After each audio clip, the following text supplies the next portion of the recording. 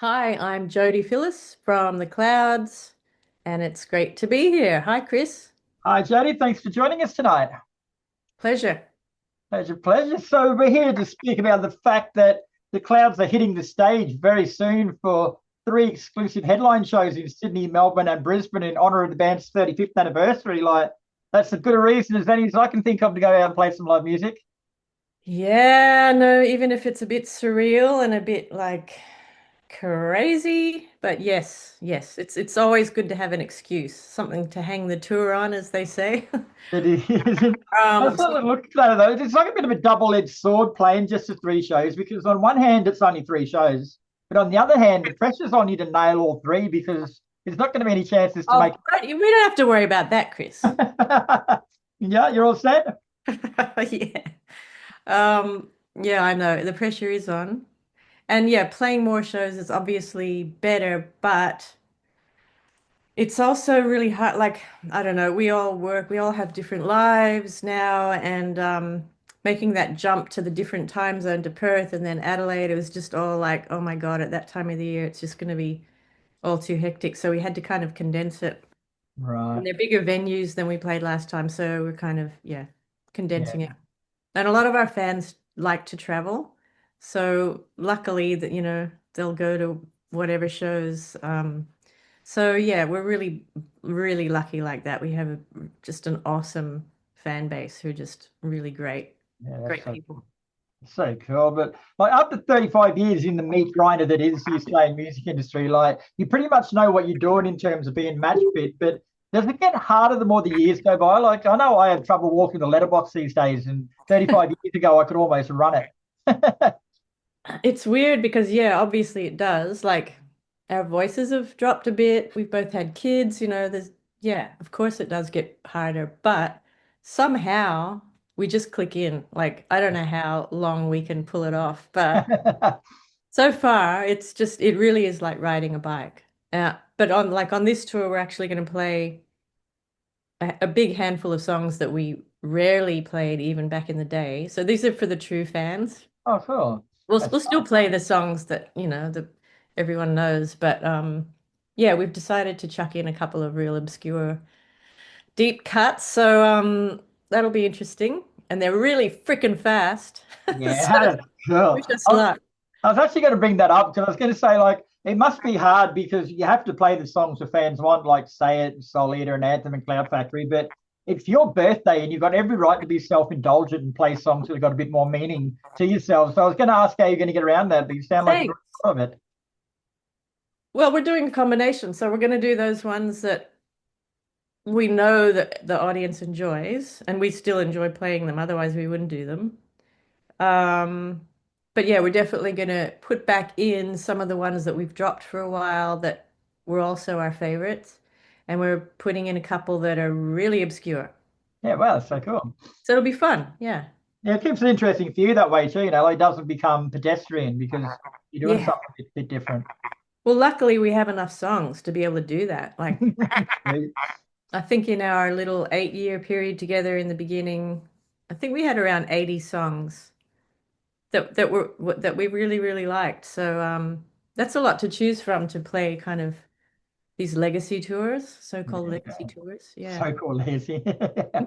Now, you're going to have the core of the band in yourself and Patricia there, but who else have you got playing this time around? Well, yeah, Trish, me, David Easton.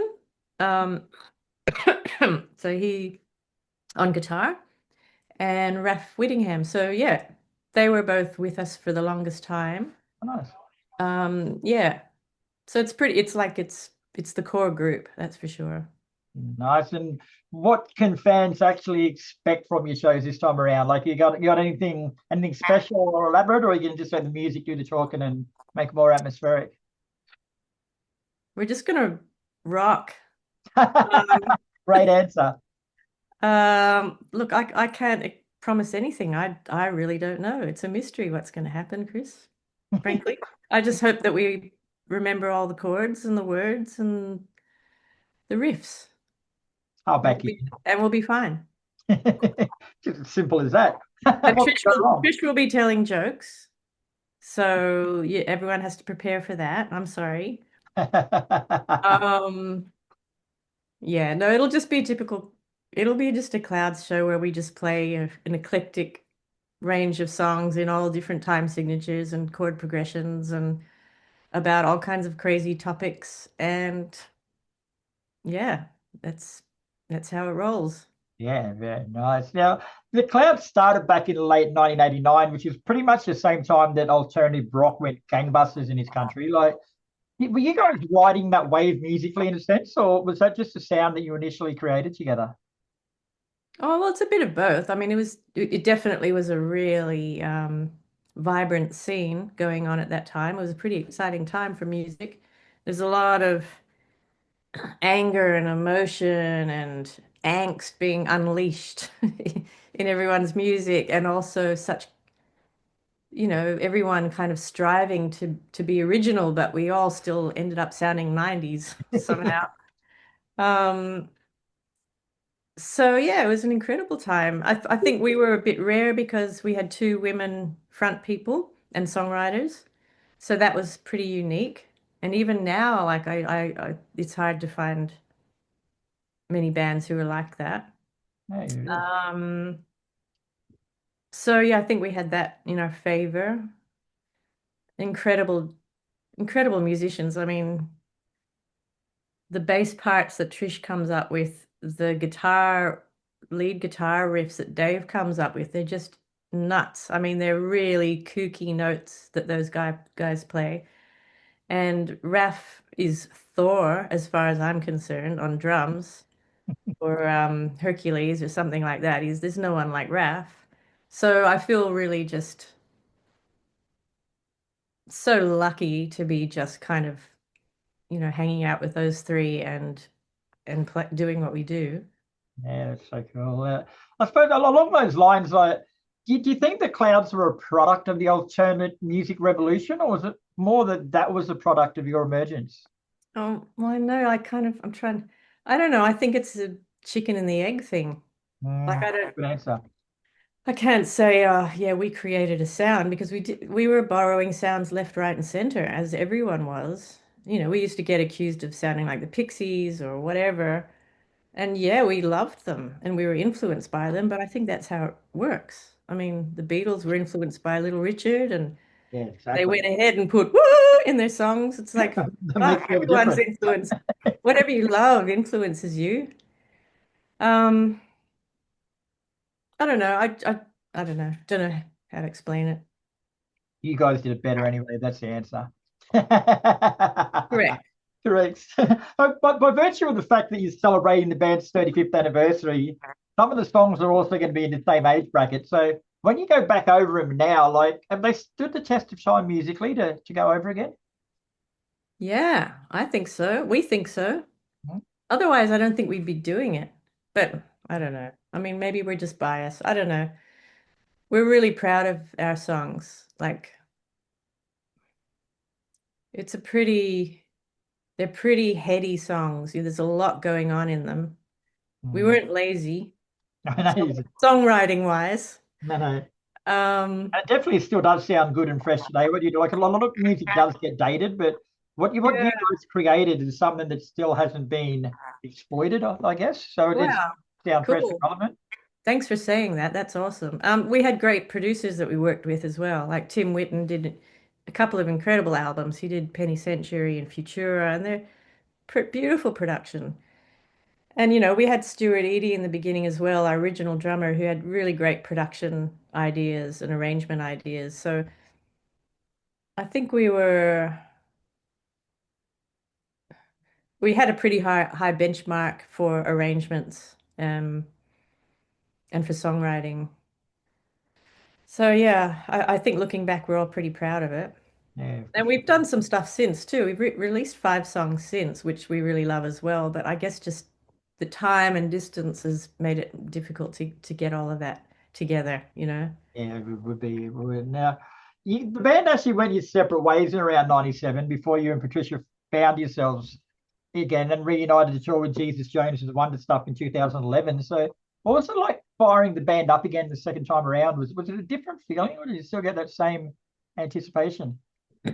Well, it was exciting, yeah, that because we were invited to do that Wonder Stuff Jesus Jones tour, and we got to play on our favorite venues, which is like so the Tivoli, the Enmore in Sydney. Mm. It's the one, oh, which one was it in Melbourne? The other big Art Deco one, not the Forum. Anyway, Yeah, yeah. um, so and when we got on stage, we had rehearsals together. It was like riding a bike, and we were really happy to see each other, and we are really good friends. When we're if we're not living together and touring together and playing every day and living in hotel rooms together, we managed to just be really great friends. Like we laugh a lot, and we still felt that we had it. So that was in 2011. Um, and then we thought, well, that went well. We can't just stop here. So we've sort of been going out every 2 years or so since then. Yeah, no. Now, you mentioned a couple of new songs that you've written. I think the last one you wrote was or released was in 2019, so it was about 6 years ago. So is the door still open for writing new material, or are you sort of content with what you've done and your legacy with that and do you keep playing those?